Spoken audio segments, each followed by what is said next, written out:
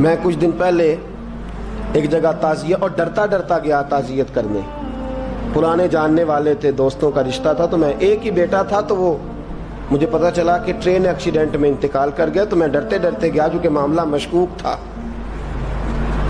اور جب میں تعزیت کے لیے اندر پہنچا تو ہمارے جو انکل تھے، جن کا میرے دوست تھے، وہ ان کے کچھ عزیز کہنے لگا کہ حضرت جی آپ کے ساتھ والے باہر جا سکتے ہیں؟ تو میں نے کہا چلے جاتے ہیں. میں دوستوں کو گاڑی میں بھیج دیا، اور جب میں نے اس سے بات چیت کی، کہنے لگا میرا بیٹا ایکسیڈنٹ تو میں نے بنایا ہے، وہ تو خودکشی کر کے مرا ہے. شادی کے 11 سال بعد خدا نے ایک بیٹا دیا تھا، اور مجھ سے غلطی یہ ہوئی، میں نے کہا میرے بیٹے کو تکلیف کوئی نہ آئے. اس کے منہ سے جو نکلا میں نے اسے دیا، جو اس نے مانگا میں نے دیا. کہتا ہے جو شخص 16,000 مہینے کا کمائے اور بیٹے کو 40,000 کا موبائل خرید کے دے، کہتا ہے میں نے ہر سہولت اسے دی. پھر ایک امیر کی لڑکی سے یونیورسٹی میں پڑھتے ہوئے اس کا تعلق بنا. بچی کے میسج بھی میں نے اپنے موبائل، اس بچے کے موبائل میں دیکھے، اور اس لڑکے نے جو میسج سینڈ کیے وہ بھی میں نے دیکھے. پھر میں گھر پہنچ گیا، میں نے بیٹے سے منتیں کی کہ بیٹا وہ ہمیں رشتہ نہیں دیں گے، ہماری برادری بھی چھوٹی ہے اور ہمارے جیب میں پیسے بھی کوئی نہیں. پھر میں ان کے گھر گیا، بیٹا نہ مانا، اور میں نے اس شخص کو بلا کے کہا تیری بیٹی کے میسیج ہیں، خدا را خیال کر، اور تیرے تو 7 بچے ہیں، میری گود میں تو ایک ہی پھول کھلا ہے، میں کدھر جاؤں، خیال کر. اس نے کہا دوبارہ تو نے نام لیا تو ایسے کیس میں باپ بیٹے کو پھنساؤں گا کہ ساری زندگی نکل نہیں سکو گے.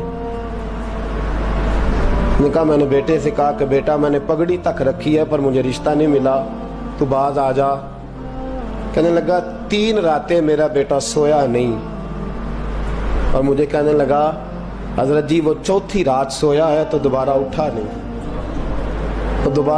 مجھے کہنے لگا مجھے اجازت دو کہ میں اس بیٹی کو بھی قتل کر دوں اور اس کا باپ بھی قتل کر دوں، میرا تو گھر اجڑ گیا نا.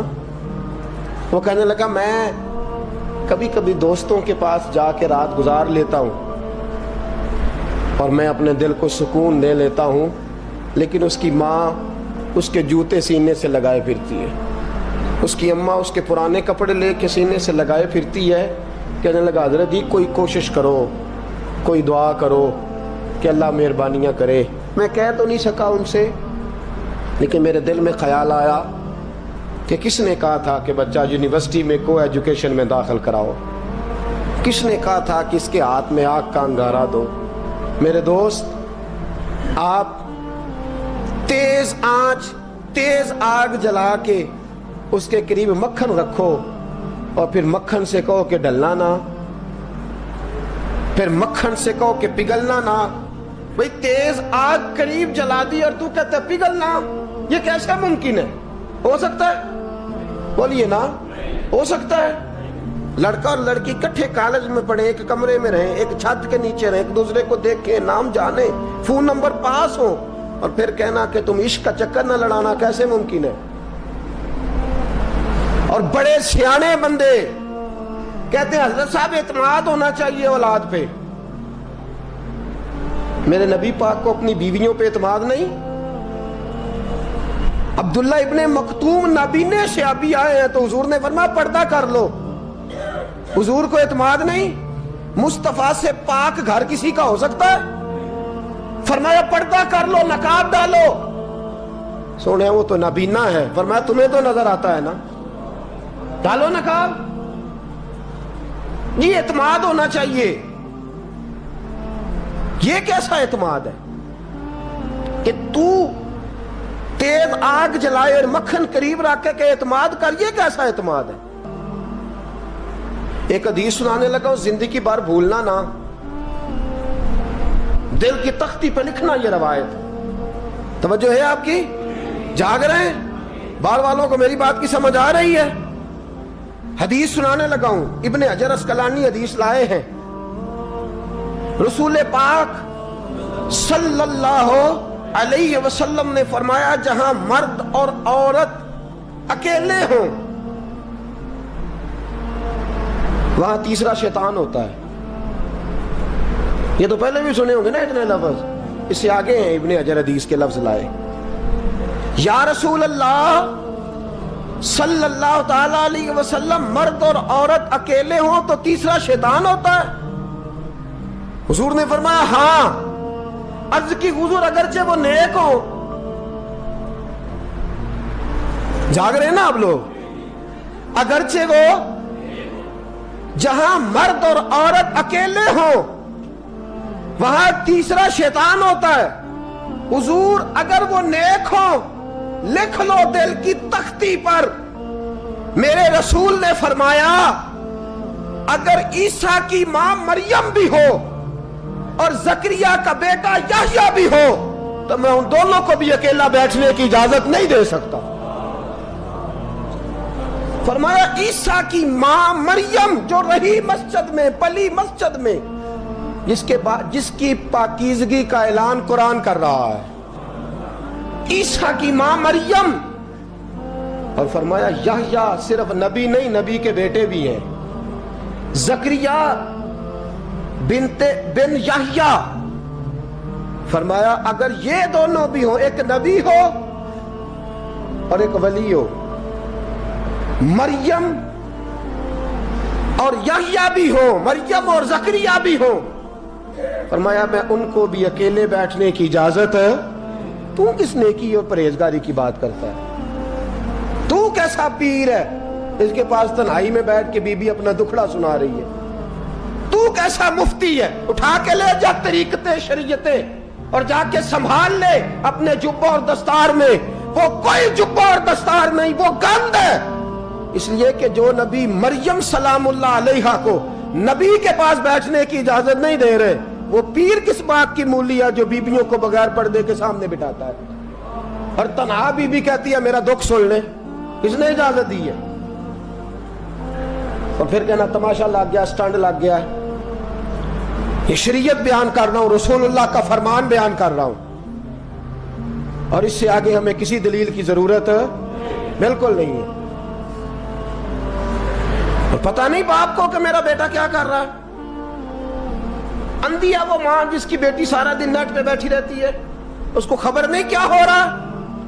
اور جب آگ گلے تک آتی ہے نا، داڑیاں جب جلنے لگتی ہیں تو ہمیں خیال آتا ہے یہ کیا بن گیا. اور جب ماں کا دوپٹہ کھینچنے لگتا ہے نا سگا بیٹا کہ چل میرا رشتہ مانگ، پھر اس کو پتا چلتا ہے کہ یہ تو معاملہ ہی بڑا خراب کر لیا میں نے. میرے دوست، جوانی زیادہ پیسے کمانے کا نام نہیں. اگر تو قیمتی کپڑے پہنتا ہے تو تو جوان نہیں. تو 50 کلو وزن بائیں ہاتھ سے اٹھا لیتا تو تو جوان نہیں. اگر تو ڈگریوں کا ڈھیر لگایا ہے اور تیرا دراز اور الماری بھر گئے ہیں تو تو جوان نہیں. اور اگر تو نے اپنے خاندان اور معاشرے میں اونچا افسر بن کے نام کما لیا تو جوان نہیں. جوان اس کو کہتے ہیں جس کی جوانی پاکیزہ ہوتی ہے.